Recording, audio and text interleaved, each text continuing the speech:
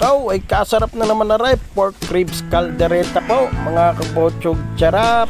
Papakita ko ho sa inyo kung paano ho rin ginawa. At talaga naman ho, kainaman na naman ang pagkakadami na namang makakain na rin. Pagkagarni ang ulam, nagkikintaban ay nagmamanti-mantika. Ay aray, ito, kainaman na. At ari po mga kabayan, ihahanda ho muna ang patatas at carrots. Bali po'y 4 na kilong pork ribs ang lulutuin ho. Gagawing kaldereta. Pipisa na ho tayo ng bawang. At yan ho'y ginagayat na rin. Marami hong niluluto bukod ho sa kaldereta. Pero ito lang ho muna ang aking isi-share po sa inyo. I-prepare ho muna ang sibuyas at saka ang bawang. Yan. At paghanda na po yan, ay yung iba naman po ang ating ipiprepare, patatas at saka yung carrots. At saka huwaring bell pepper. Yan, at gagayatin na rin ho yan. At lilinisan, tatanggalan ng buto. At yun na, pwede na tayo magsimula. Lalagyan na ho natin ng paminta, aring ating 4 na kilong pangkaldereta, pork ribs. At saka ho pickles. Atin ho itong imamarinate buong magdamag ng gabi. At kinabukasan na ilulutuin. Lagyan ho natin ng pineapple juice. Tapos lalagyan din ho natin ng Lea & Perrins. Yan ho talaga nagpapasarap din sa kaldereta. At yung ibang ingredients naman ho ay pagka niluluto na po natin ilalagay. Tapos lalagyan po ng toyo, kahit anong brandang gusto nyo. Silver Swan po ang nilalagay namin dyan. Tapos hahaluin na po natin. Pwede rin ho kayo maglagay ng betsin o kaya magic sarap. Sa optional po yun. Haluin lang ho nating mabuti para ho ang ating ingredients ay talagang tumiim ho sa ating karne at malagyan lahat ng part ng ating karne. At pag yan po ay ating nahalo na, ay yan po ay ating ilalagay na sa ating rep at kinabukasan ay ready na.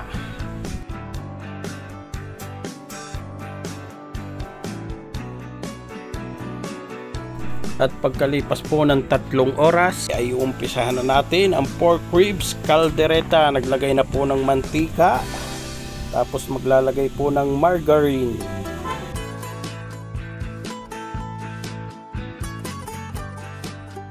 At pagkatapos po ay maglalagay na tayo ng bawang. Atin lang hong lulutuin ang ating bawang hanggang sa medyo magkulay brown, pero wag naman hong sunog at baka pumait.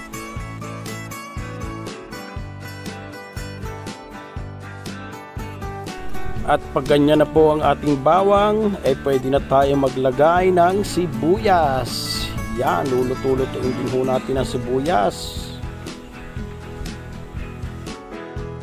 Pwede na rin ho nating isabay ang ating chorizo de Bilbao. Yan, ang isang magpapasarap at magpapabango sa ating pork ribs caldereta. At yan, atin lang hong pababanguhin, ating halu-haluin, sasangkot siya ho natin o igigisa hanggang sa umabot ang amoy doon sa nagmamarites na inyong kapitbahay. Talaga naman mapapalingon. At pag naamoy na nga ho ng nagmamarites na inyong kapitbahay, pwede na ho tayo maglagay ng tomato sauce. Yan, ibig sabihin ho, okay na ang ating chorizo at saka sibuyas at bawang. Atin lang yung hahalu-haluin. Atin lang lulutuin ho ang ating tomato sauce. At pag okay na ho, ay pwede na ho nating ilagay ang ating pork ribs na i-marinate kagabi. Yan, atin lang hahaluin uling mabuti para ang ating ingredients ay kumalat ng ayaw sa ating karne.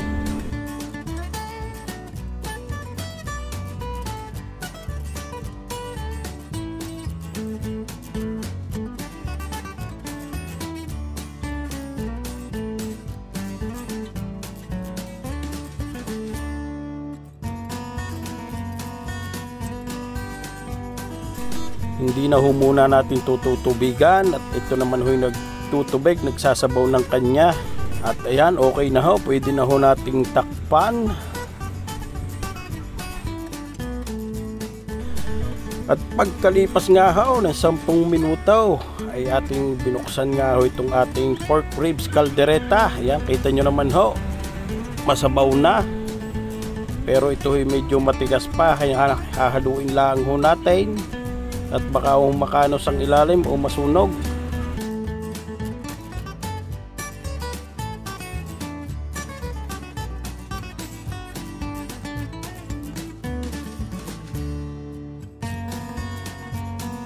At pagkalipas ho ulit ng 10 minuto ay medyo matigas pa ho ang ating karne, kaya atin ho ulit itong tatakpan.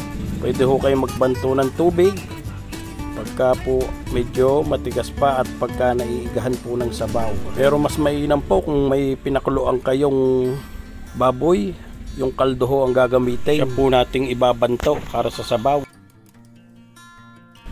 At pagkatapos po ulit ng 10 minutes ay yan na, malambot na ho ang ating pork ribs. Pwede na ho tayo maglagay dyan ng patatas at carrots.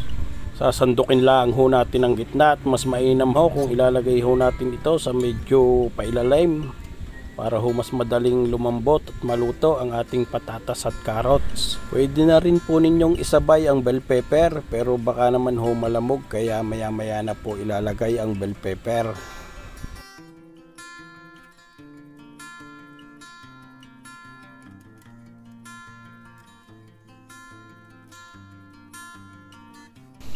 At okay na, pwede na ho nating takpan hanggang sa maluto ang patatas at carrots.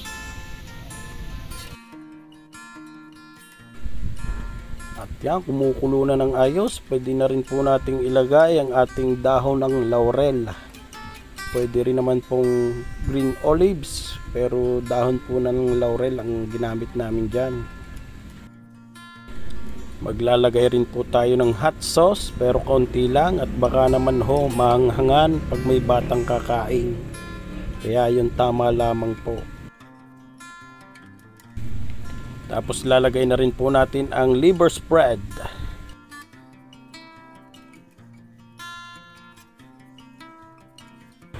Pagkatapos ay maglalagay rin po tayo ng keso.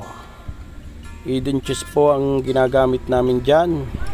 Hinay-hinay din lamang po sa paglalagay ng keso at posible pong umalat. Nagpapaalat din po yan.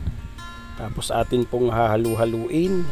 Ihintayin lang po nating maluto ang mga ibang ingredients nating inilagay, matunaw sa sauce, sumama sa sauce para lalong mas masarap ang ating sauce. Makakadagdag lapot din po yung ating inilagay na liver spread at saka ang ating keso. Oops, tatanggalin lang ho natin yung butong yon, at ang sama naman hunting na pag buto lamang. Atin lamang pong iiga-igahin ang ating caldereta pork ribs.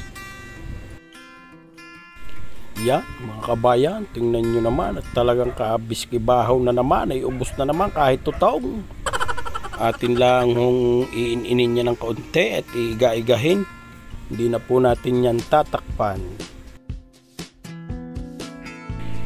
At lalagyan na rin po natin ng bell pepper. Yan, para masarap din hong kainin ng bell pepper, hindi masyadong lamog. Tapos hahaluin. Pangitang-pangita na hong masarap. Ang lapot na ho ng kanyang sauce. At yan, ang pagkakabango na, amoy pistahan na. Pwede nang tawagin si nanay at tatay or anak o kapatid. Pero wari ko'y kahit hindi na tawagay, sa amoy palaang ay mapapapunta na. Ready to serve na po ang ating pork ribs caldereta. Ayan, mga kabayan, talagang Naipit ang lasa niyan. Ari naman ho ay 4 na kilo. Ari pwede rin ho sa 4. O kay Alfonso, o kay Bear. Yan na mga kabotsog charap. Hanggang dito na lamang po. At maraming salamat po sa panonood.